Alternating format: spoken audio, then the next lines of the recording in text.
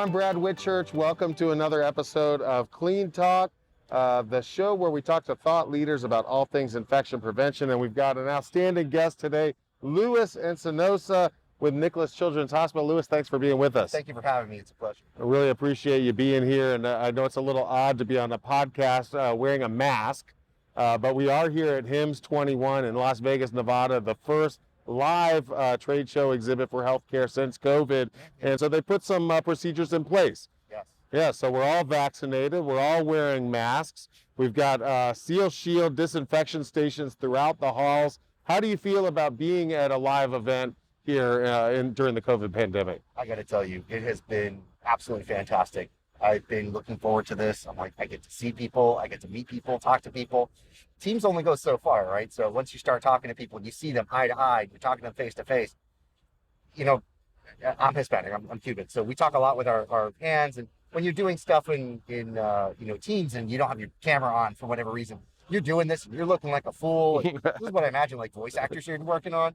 And it's just good. It adds a personality, a human element to it. And it's definitely refreshing in the experience, especially well needed after a year and a half. Well, good. Well, I love the comments about talking with your hands, because that is one of the challenges. Wearing a mask, you can't see the mouth, you can't see the smile. We have to smile with our eyes and talk with our hands, but we're getting by, right? It's good to be here. Eyes are the windows to the soul, man. There you go. There you go. So we're excited to be in Vegas at this live event. I really think HIMSS is doing a good job with these protocols, and I believe this will be kind of the future of trade shows, at least in the near future, and I hope other organizations follow suit and we can have more live events for the same reasons that you were talking about. The reason I wanted to have you on the show today, Luis, I wanted to talk to you a little bit about, as a healthcare professional and working in the hospital systems, what are some of the things you've been seeing as a result of COVID that you can share with our viewers? Sure. So coming from Florida, as you've seen in the news, we're kind of like the epicenter of this recent trend with the Delta variant. And so, working at a children's hospital now, I came from another public institution. They were taking their precautionary measures and their steps remotely and sending people home. And everybody who's watching this knows all the work that had to go into just getting people home, especially if you weren't ready for that sort of transition and that work from home element that just got thrown into hospital systems. Quite frankly, hospital systems, they're not prepared for that. They're used to, you come in, you're working on finance on the computer. And by the way, it requires a special installation of an add-on for Excel or this, and it's special requirements. And, when you throw people home, it throws it all into it, especially when you talk about support and operations. It comes to a new level. Working at Nicklaus Children's Hospital, we, had taken precautionary measures and extra precautionary measures, especially to protect the children, right? As you've been seeing in the news, children are adversely affected even more so now with the Delta variant COVID. And, we have to be prepared. We have to take precautions. Just recently, we announced that, every employee needs to get COVID vaccination. And that's huge, right? So Nicklaus Children's Hospital is requiring vaccination for all its staff. Not just staff, but any vendors coming in as well. Interesting. And, we're taking those precautionary steps to protect the children. Our motto our motto is, to be where the children are, right? And if we can't protect ourselves, if we can't take what's the right step and the necessary step to do that, we can't be in where the children are, and we can't, complete our mission and our whole purpose, to be honest with you. And so it's heartening to see that. There are extra other precautionary measures. You come in, you have to answer a survey before you do. You have to go ahead and, make sure you mask up. They're even taking the extra step that if you come in, like cloth masks, people are coming in cloth masks, different other various masks. They'll tell you, nope, you got to take it off. You've got to put on a paper mask. And so let me make sure I got this right. So your requirement is paper masks only, no multi layer masks, just the paper. This is the best practice. Surgical masks. If you come up with an N95 or a KN94 or KN90, I think it's KF94 or KN95, that's okay, but it has to be something along those lines. No gaiters, no cloth masks. No gaiters, no cloth masks. As a matter of fact, if you put a cloth mask over it, they'll tell you dust. You can take it off, so that way they know you're wearing a surgical mask underneath. Again, it's to protect your patients, right? And we're in the place that nobody wants to be, especially recently, and especially with all the children. And me as a parent, I work there, but man, I hope to never be a customer there for the reasons that we protect the children. Sure. Sure. Well, we talk about that a lot of the people here at the HIMSS show have migrated to a virtual workspace. You don't have that luxury at the hospital, right? You have people that have to come in every day and work directly with the patients.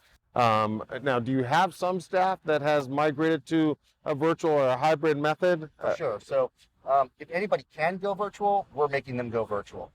So we have people who work in finance, people that work in my team predominantly, right? So I handle specifically the infrastructure and the architecture behind systems.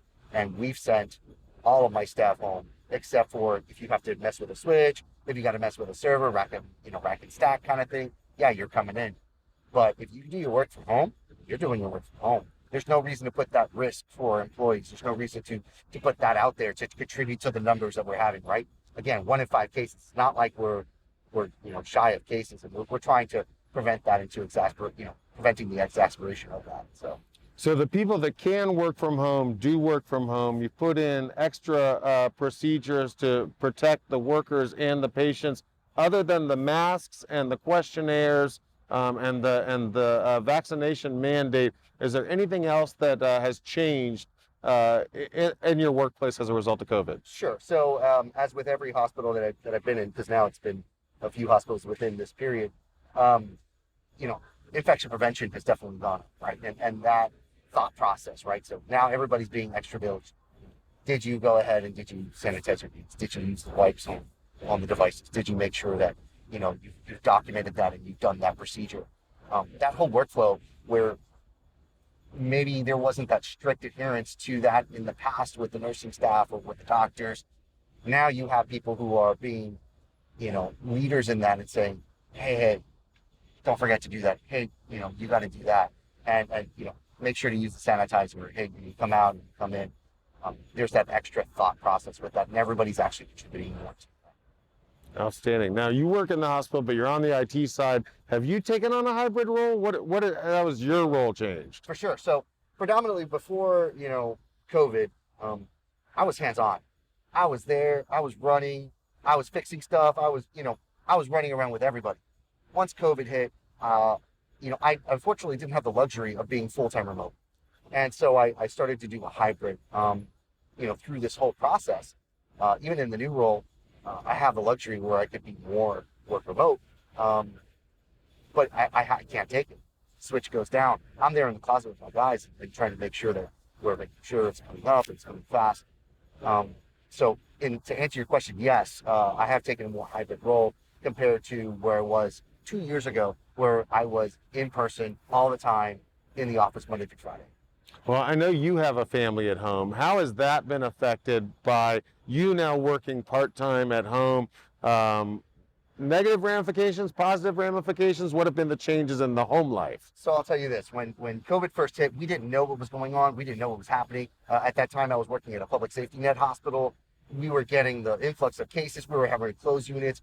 The units that weren't even completed, we had to rush to complete them to make sure that we had enough to put patients in. It was crazy. I think if my wife wanted me to, bathe in bleach, she would have had me do it. I don't look good blonde, so we didn't do it, thankfully. But, it was all about take that precaution, right? You go home, you take off your clothes, you throw them in the washer, you take a shower. Okay, now you're ready. I have a small son, so you have to be prepared to, I can't just be like, okay, no, son, you got to stay 6 feet away. You can't do that with a child. And so, it's you come in, bolt straight to the bathroom, strip, shower, and then now you're good, right? And so that's kind of the precautionary measures that we've taken at home. In addition, to be honest with you, this is the first real trip I've had since the start of COVID. And so, coming here after I get back, I'm in quarantine for a little bit, It's like, okay, measure, take some rapid tests, take a real test, wait some days for the results. And then, my family's going to come with me. Thankfully, I have that luxury. But yeah, it's definitely taken on a toll as far as the steps I've had to do to make sure. My wife's a teacher, and she's also had to take additional steps. She makes sure she has an N95 mask where she goes in the school. And, she went from all time to one way on in person to all the time in virtual and Teams, or not Teams, she was using Zoom, in Zooms, and then now she's this hybrid where some kids are there and some kids aren't, and it's really thrown the whole world off. Sure. And think about this for a minute. 2 years ago, there was Zoom. Nobody talked about it, right? It was, oh, let's do a WebEx. What's a WebEx? How do I run a WebEx? Now you have people who are like, oh yeah, there's Zoom. Kids know how to do it. They pick up an iPad. A friend of mine, his child is a little bit older than mine. He was saying, yeah, kid was on the iPad, talking to her friends. He's like, what are you doing? He goes, oh, I started a room and we were just talking. It's like, wow. And it's funny, the people who you figure would have the longest time to adapt, they have, and quickly. And it's crazy how that's become now an acronym. Like to Google something, now I'm Zooming, instead of doing that or Teams or WebEx or whatever you're using. That's right. Well, they're starting early. We should have the kids at the HIMSS show. That's right. So we're here checking out the technology to make us more efficient, happier, and healthier. And Luis, I really appreciate you joining us on the show today. Thank you very much. Until next time, I'm Brad Whitchurch. This has been Clean Talk. I'm reminding you, keep it clean. Thank you.